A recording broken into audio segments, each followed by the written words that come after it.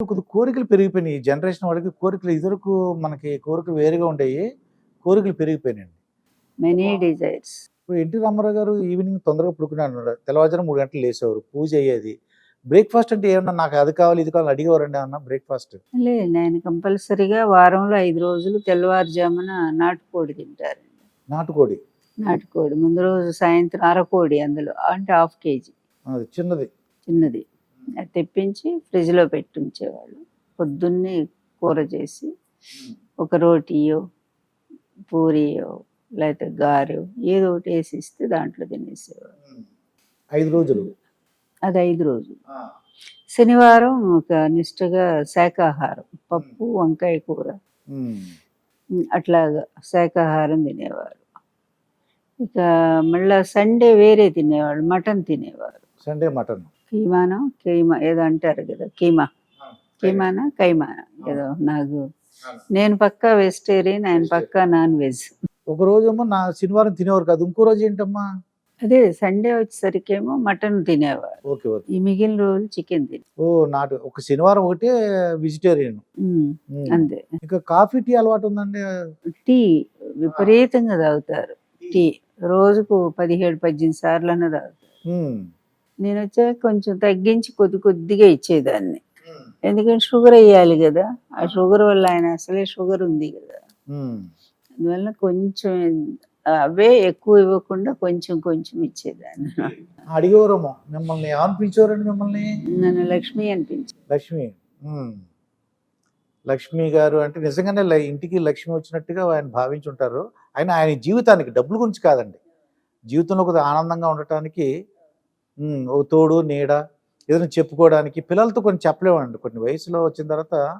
ఒక భార్యకి భర్త, భర్తకు భార్య అనుబంధమే వేరు కదా. ఇంకా బ్రేక్‌ఫాస్ట్ మాత్రం ఏం తినేవారమ్మా బ్రేక్‌ఫాస్ట్? అంటే ఇదేమో నాటుకోడి తినండి. మధ్యాహ్నం అండి మళ్ళీ? మధ్యాహ్నం భోజనం రైస్ చాలా తక్కువ తింటారండి. 2 స్పూన్లు అన్నం ఇంతే ఉండేదాన్ని. 2 స్పూన్లు. ఆ ఒక స్పూన్లోనేమో ఎన్ని కూరలు మనం చేసిన అన్ని కూరలు కలిపేసి తినేసేవారు. అన్ని కూరలు ఒక్క స్పూన్లో. ఇంకొక స్పూన్లోనేమో పెరుగు వేసుకొని తినేవారు. రైస్ చాలా తక్కువ.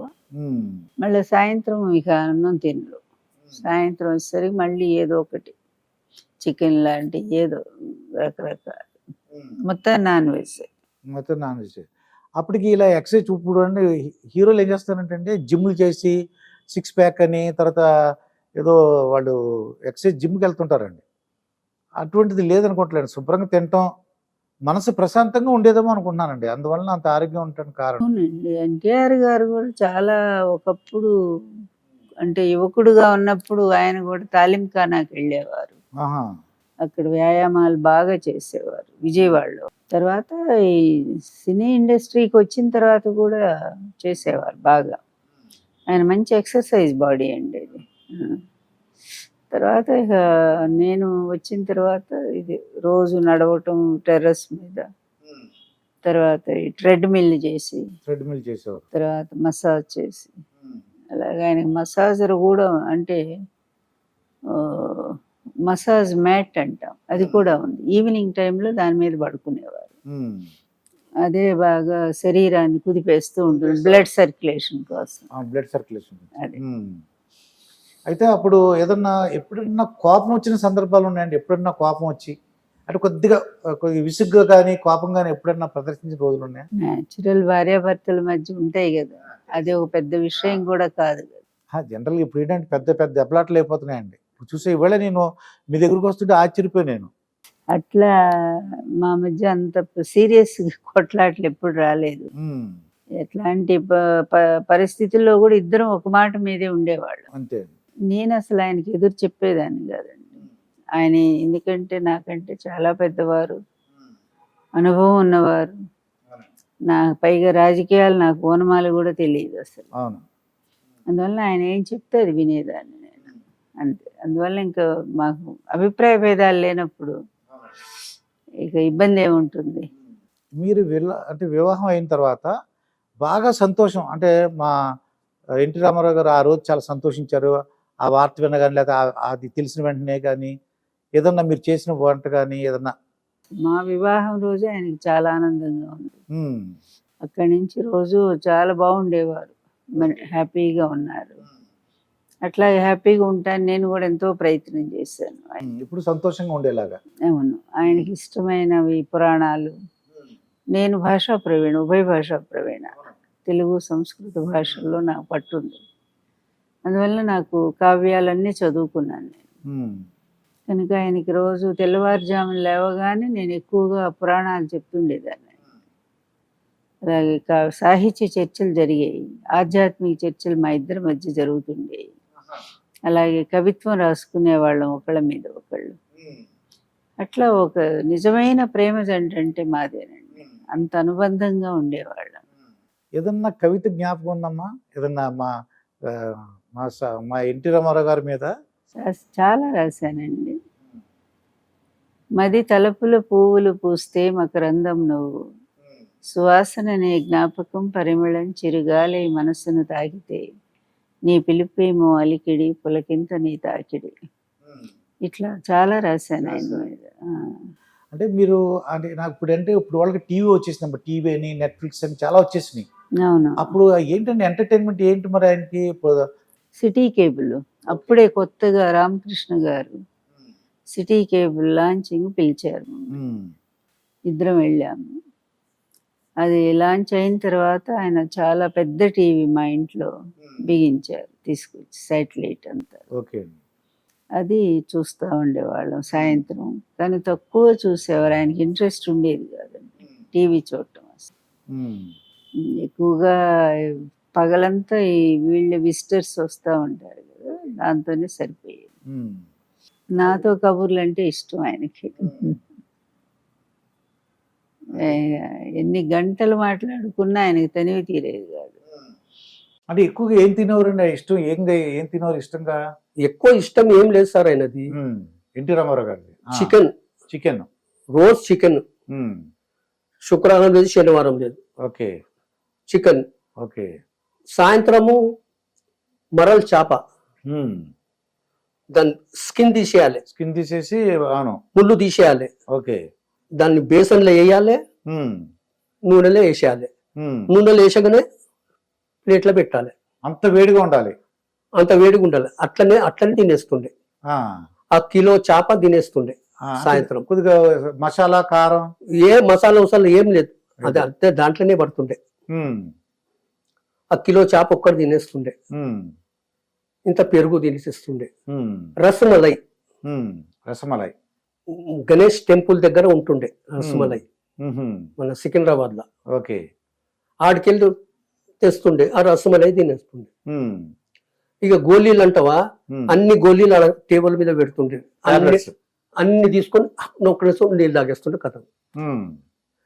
షుగర్ బీపీ అన్ని ఒకటే గోళీలు మిగ్గేస్తుండే. అని అది. అంటే ఇప్పుడు చికెన్ ఉందనుకోండి, ఇది అంటే నాటుకోడి తినేవారా లేకపోతే మామూలుగా? నాటుకోడే సార్, నాటుకోడి. గ్రామాల్లో తిరుగుతాయి కదా, ఆ గ్రామం అది నాటుకోడే చిన్నదే చికెన్ చేస్తుండే. చికెన్ అంటే పెద్ద ఒక చిన్నది అది పెట్ట అంటారు, లేతగా ఉంటది. ఇంకా మధ్యాహ్నం అయితే 2 పాపడాలు, ఇంత ఆలుగడ్డ కూర, ఓకే, ఇంత వంకాయ ఏపుడు, మళ్ళా ఇంత ముక్కల అన్నం, అందులోనే ఆవకాయ వేసుకొని ముద్ద తినేస్తుండే కథ. అన్నం తక్కువ కూరగా ఎక్కువ. పాలకూర వేపాలే, అందులో అద్దపావు ఎల్లిపాయలు వేయాలి. ఓకే. ఉల్లిపాయలు ఎక్కువ వేయాలి. అది తినేస్తుండే. ఎప్పుడైనా మినిస్టర్లు కానీ ఎమ్మెల్యే మీ దగ్గరకు వచ్చి కొద్దిగా మా గురించి చెప్పవా ప్లీజ్ చెప్పవా? మినిస్టర్లు కానీ? మినిస్టర్లు ఎవరు నా దగ్గరకు వస్తుండే సార్, ఎవరు నా దగ్గర రాకపోతుండే, నా కార్ దగ్గరకే రాకపోతుంది. భయం. అంతే. నేను కారు పెడితే కార్లో కూర్చుంటుంటుంది అంతే. నాదొక అలవాటు, రామాయణం మహాభారతం ఈ 2 బుక్లే చదువుతుంటుంది. రామాయణం అయిపోగానే మళ్ళీ అది పెట్టేసి మహాభారతం తీస్తుంటుంది. మహాభారతం అయిపోగానే రామాయణం. ఇదే కంటిన్యూ నడుస్తూనే ఉంటాయి. టేప్ రికార్డర్ ఉండేదండి ఆ టైంలో? టేప్ రికార్డు ఆయన పెట్టిన టేప్ రికార్డే. అప్పుడు 5,000 ఉండే టేప్ రికార్డ్. సౌండ్ అంతా ఆయనే పెట్టుకుంటు. నువ్వు అన్నీ పెట్టుకో సార్, నాకేం తెలియదు, నేను స్విచ్ ఆన్ చేస్తా బంద్ చేస్తా అంతే. ఉమ్, అన్ని ఏవేవో స్విచ్లు ఉంటుంటాయి సార్, మ్యూజిక్ అన్ని అవును. వస్తుండే, ఉమ్, అన్ని సెట్ చేసుకొని స్విచ్ ఆన్ చేస్తుండే. మ్యూజిక్ తక్కువ వచ్చిందంటే మళ్ళీ ఎక్కువ చేసుకుంటుండే. ఉమ్, శివస్తుతి, ఉమ్. మన శంకరుని పాట, శంకరుని పాట. ఉమ్, గండిపేటకెళ్ళి వస్తప్పుడు ఉమ్, మన వెంకటేశ్వర్ల సుప్రభాతం ఉమ్. అది వింటుండే. ఓకే అండి. అది విన్నాకనే హ్యాబిట్స్కి వస్తుండే, హ్యాబిట్స్లో కాలు పెట్టగానే అయిపోతుండే. ఉమ్, 20 నిమిషాల జర్నీ. ఓకే. ఆడికెళ్ళి ఇక శివస్తుతి, ఉమ్, శివస్తుతి మళ్ళా ఇది ఉమ్, ఇది కూడా ఎవరు ఇస్తుండేది, ఇన్ఫర్మేషన్ కమిషనర్ ఉమ్. ఎస్వి ప్రసాద్. ఎస్వి ప్రసాద్, అవునండి. అప్పుడు మా దగ్గర ఇన్ఫర్మేషన్ కమిషనర్ ఉండే.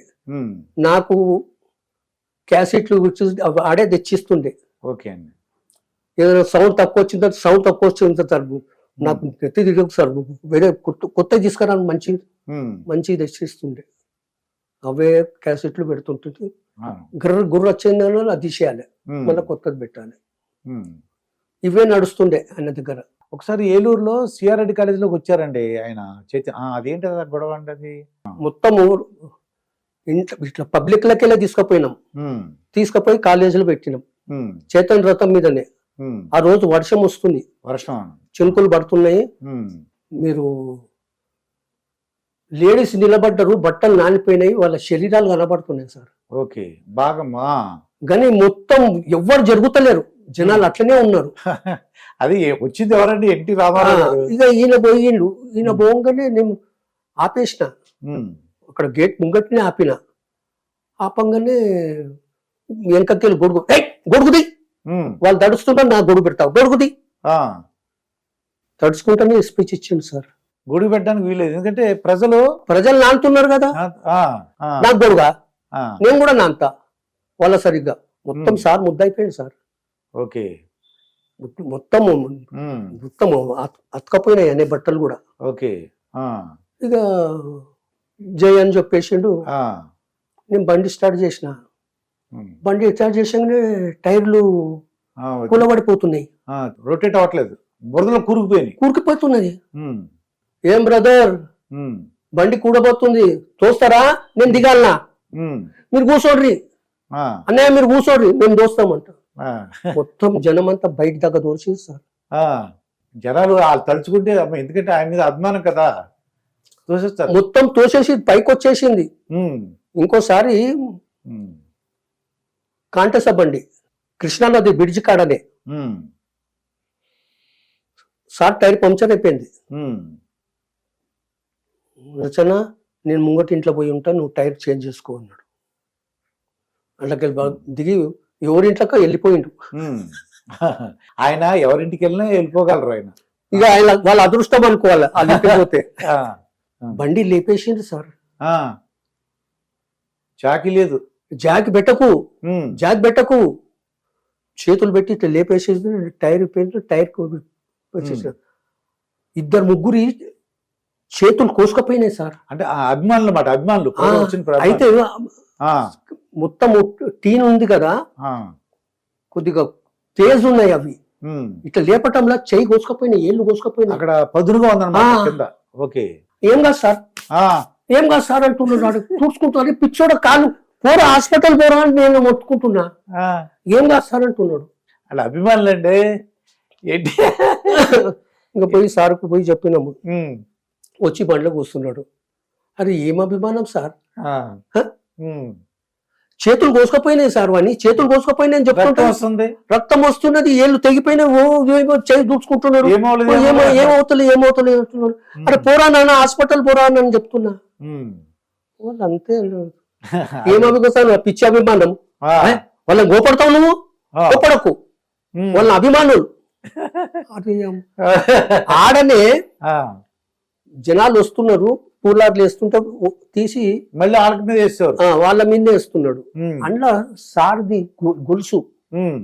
బంగారు గొలుసు అండి. బంగారం గొలుసే, దానికి పూత ఇస్తారు, పులిగోర్లది. ఉమ్.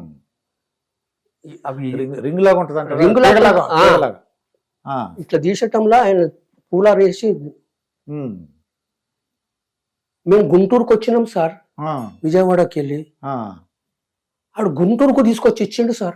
అది ఇది ఆ బంగారు గోల్స్ని. ఆ అన్నయ్య అన్నయ్య అన్నయ్య అన్నాను. నేను అన్నయ్య అన్న అంటే నేను, "ఏయ్, దిగురా ముంగటికెళ్ళి వాళ్ళు ఆ, లచ్చనామని రాని పైకి, ఆ, ఎందుకు వాళ్ళు తిడుతున్నావు, పైకి రాని, అరే పోరా అన్న." ఉమ్, ఇక మీదికెళ్ళి ఎక్కిపోయి, ఉమ్, అన్నయ్య మీ గొలుసు అక్కడ పడిపోయింది అన్నయ్య. ఆ. ఇంకోడైతే ఎత్తుకుపోతాడండి.